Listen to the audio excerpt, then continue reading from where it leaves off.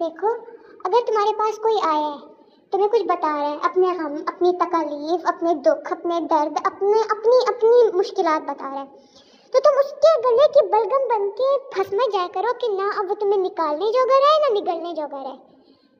पहले उसको सुन लिया करो, फिर अपने शुरू किया करो।